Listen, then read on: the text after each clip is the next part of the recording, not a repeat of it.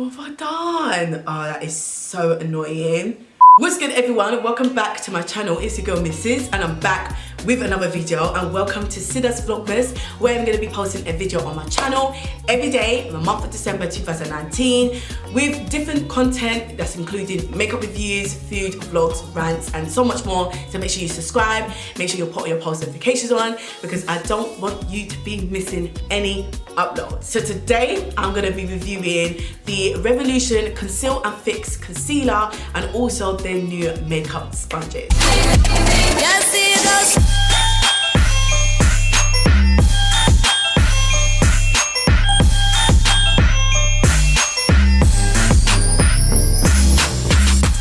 I've got the Revolution Conceal and Fix Concealer, and I also picked up the Revolution Makeup Sponges. So I'm going to be testing these out in the video, and I'm going to give you guys a brief description about the concealer. So as you lot know, Revolution pops up with new makeup almost every other week.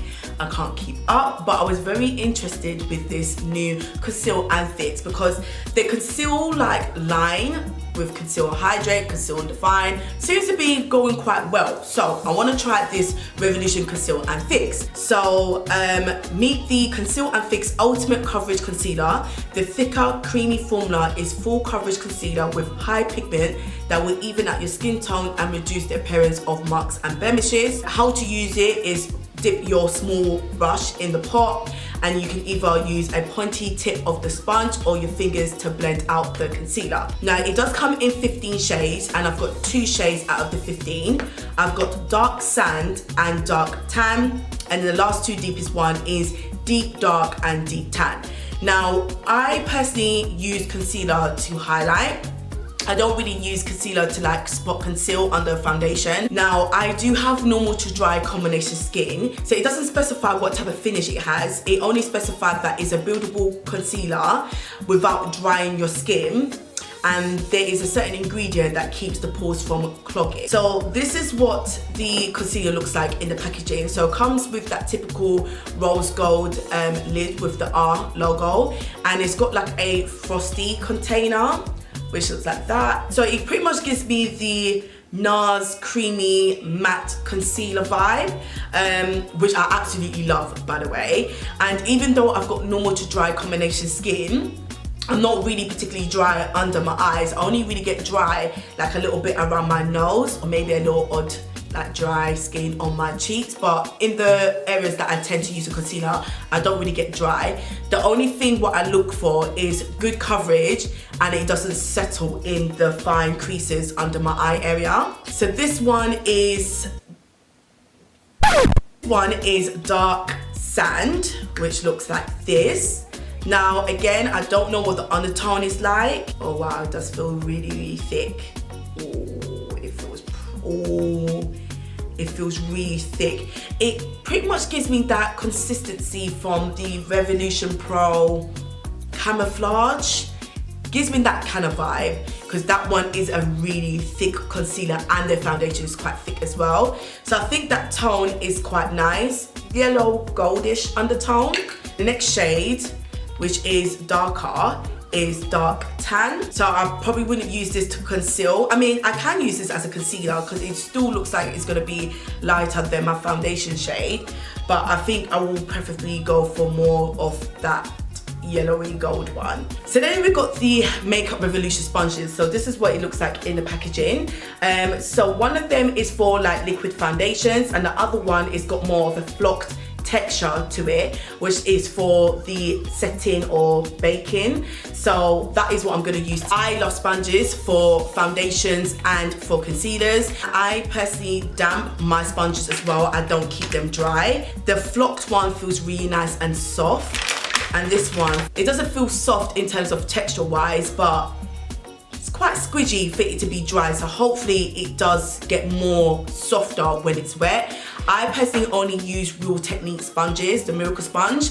and even the face and body one. I used to use beauty blenders, but they're kind of like a little bit expensive, so I personally just use like miracle sponges. And these conceal and fix setting sponges comes in a set for £8 and the concealers are for £7. So I'm going to apply the concealers on my face first, and then I'm going to use the sponges.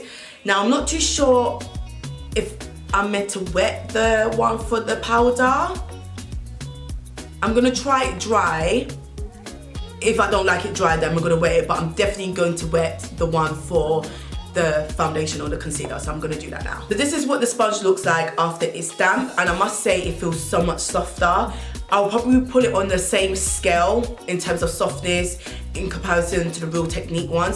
But I'm going to now use the dark sand color to highlight, and I'm gonna use my brush. The only thing is that I prefer to use a different brush, but I can't find my personal desired brush to use like these type of concealers, but I'm just gonna use this, so that's what I'm gonna use. Oh,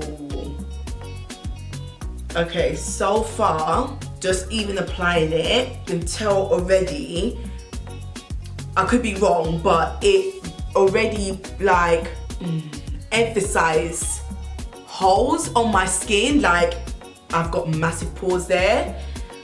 So I'm not sure about that, darling. So I've had the concealer on my face for about a minute, so I'm gonna start blending because boy, I don't want this to stick on my face.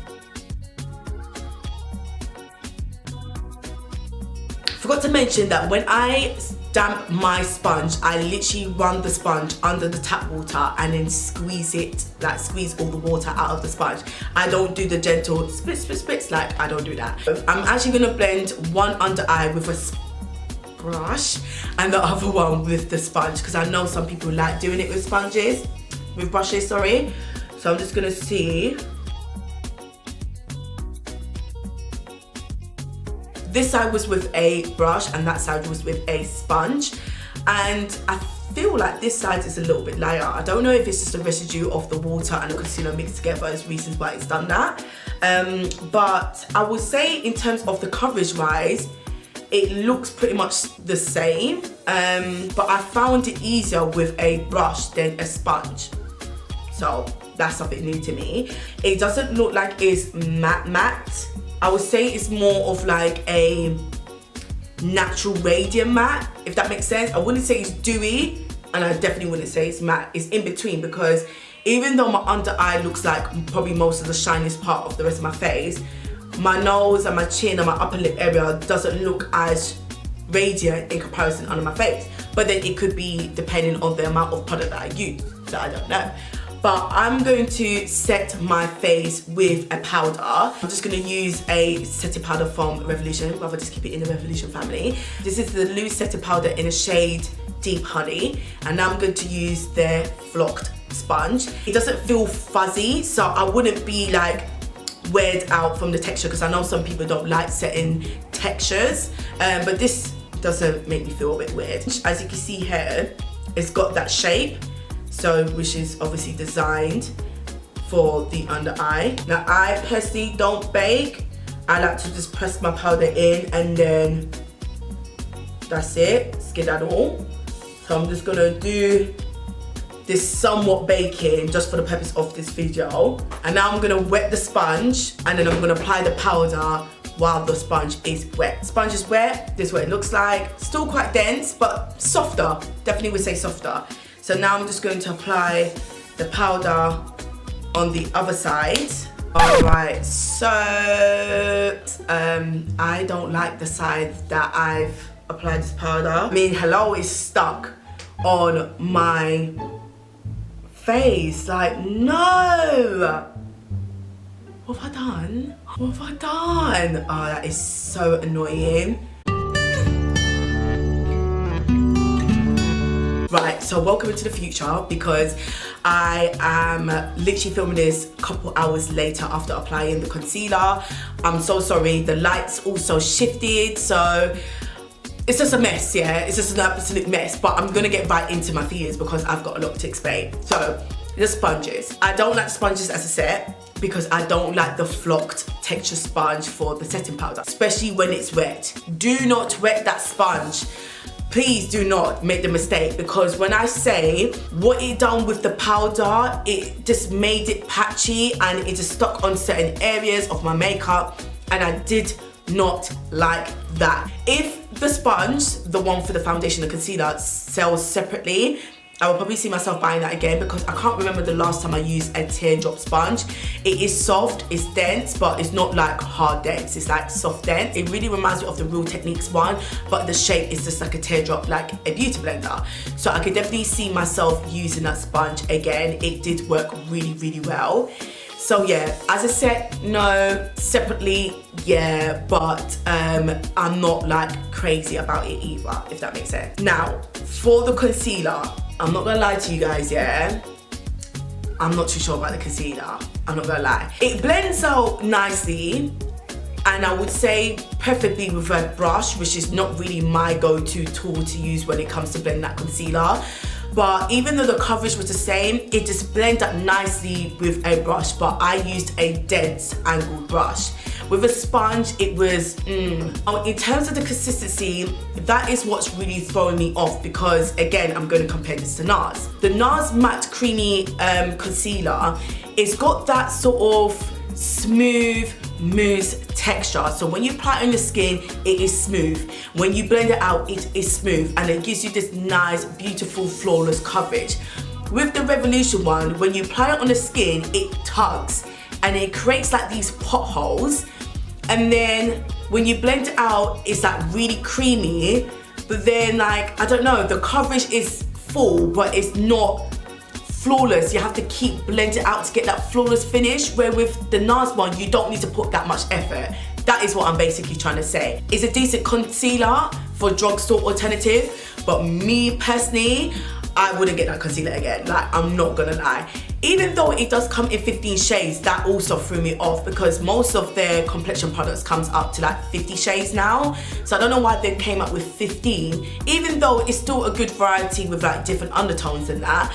But I was surprised there was only 15 shades. But yeah, I'm a type of person, when it comes to complexion products, I will spend the extra money on face and concealer. Yeah, with those results, I'd rather just spend the money on the NARS one, I'm not gonna lie. And I'm sorry that I keep using that as a reference, but that is the only concealer I have in that same format as the Conceal and Fix one. So yeah, that is my final verdict of the whole collection. Well, not collection, but the concealer and the sponges. But overall, it's just like, So you guys let me know what you think. Let me know if you have it, would you buy it?